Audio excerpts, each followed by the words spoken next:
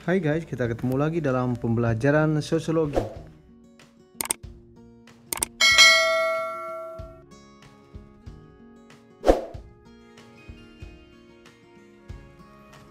Untuk sesi kali ini, kita akan belajar tentang fungsi sosiologi. Yuk kita lihat apa saja fungsi sosiologi. Yang pertama, fungsi sosiologi yang pertama adalah sebagai profesi. Kemudian yang kedua sebagai ilmu pengetahuan. Kita akan melihat satu persatu sebagai profesi dan sebagai ilmu pengetahuan. Yuk kita lihat dulu fungsi sosiologi sebagai profesi.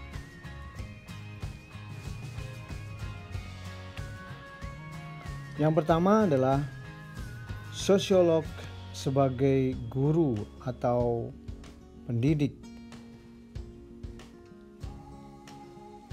Nah, sebagai guru atau pendidik, seorang sosiolog tidak sekedar mengajar, tetapi bagaimana mereka mencetak murid yang memahami dan mengamalkan ilmunya. Nah, bagaimana itu terjadi? Seorang sosiolog memiliki berbagai macam cara, metode, sehingga mereka bisa membantu anak didiknya untuk memahami ilmu yang dipelajari dan mengamalkan ilmunya dengan metode-metode yang dimiliki. Misalnya dengan cara-cara kekinian yang up to date sesuai dengan apa yang terjadi di dalam masyarakat saat ini. Yang kedua, sebagai peneliti. Apa sih hebatnya sebagai peneliti? Oke, sangat penting ya sebagai peneliti. Nah, sosiologi mengajarkan teori, metode, dan objek yang dikaji sehingga diperoleh perencanaan sosial yang efektif atau pemecahan masalah sosial dengan baik. Nah, peran peneliti seperti itu, yaitu mengkaji untuk memberikan masukan dalam perencanaan sosial yang efektif atau bisa memberikan pemecahan masalah sosial dengan baik. Berikutnya, yang ketiga, penengah konflik. Jadi fungsi sosiologi di sini memberikan mediasi atau menjadi penengah konflik bagi masyarakat yang sedang bertikai. Kenapa hal ini penting?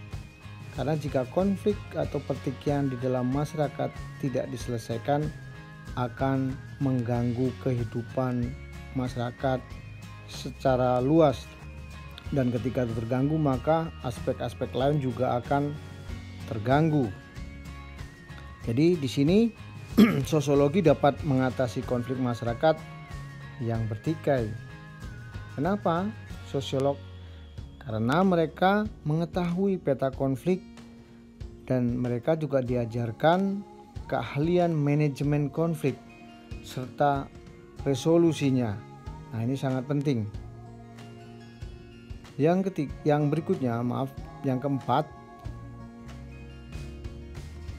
sebagai agen perubahan atau agent of change. Apa maksudnya sebagai agen perubahan? Maksudnya bahwa seorang sosiolog memiliki kemampuan memprediksi dampak perubahan sosial sehingga mampu berperan sebagai agen perubahan sehingga masyarakat menerima perubahan secara baik. Jadi seorang sosiolog semacam jembatan yang membantu para penentu kebijakan sehingga kebijakan itu sampai kepada masyarakat tetapi tidak menimbulkan keresahan dengan cara-cara yang dipakai sehingga masyarakat menerima perubahan itu secara baik.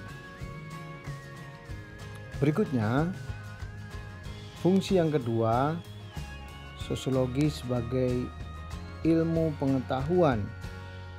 Apa saja fungsinya? Kita lihat Perencanaan sosial. Perencanaan sosial itu sangat penting, maka peran sosiolog sangat diperlukan di sini, yaitu berperan mempersiapkan masa depan masyarakat dengan cara mengatasi hambatan dengan memberikan pengarahan dan bimbingan sosial tentang cara hidup yang lebih baik. Nah, di sini dalam perencanaan sosial fungsinya adalah menata kehidupan masyarakat dengan memberikan bimbingan dan pengarahan sosial tentang cara hidup yang lebih baik. Yang kedua, perencanaan pembangunan. Dalam perencanaan pembangunan sangat dibutuhkan pemikiran dari sosiolog. Kenapa penting? Kita akan lihat. Nah, tujuannya agar masukan dari sosiolog itu adalah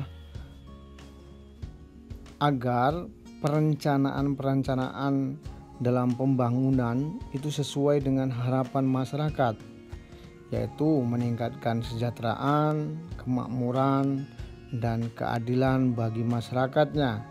Jangan sampai tanpa sebuah analisa atau kajian pembangunan itu tidak sesuai dengan harapan masyarakat, justru malah meresahkan masyarakat. Nah, itulah tujuan dari pertimbangan dari seorang sosiolog tentang perencanaan pembangunan. Kemudian yang ketiga, penyelesaian permasalahan sosial. Nah, di sini peran sosiologi sangat penting karena sosiolog memiliki kemampuan menganalisa fenomena-fenomena sosial yang bisa menimbulkan masalah sosial yang membahayakan masyarakat.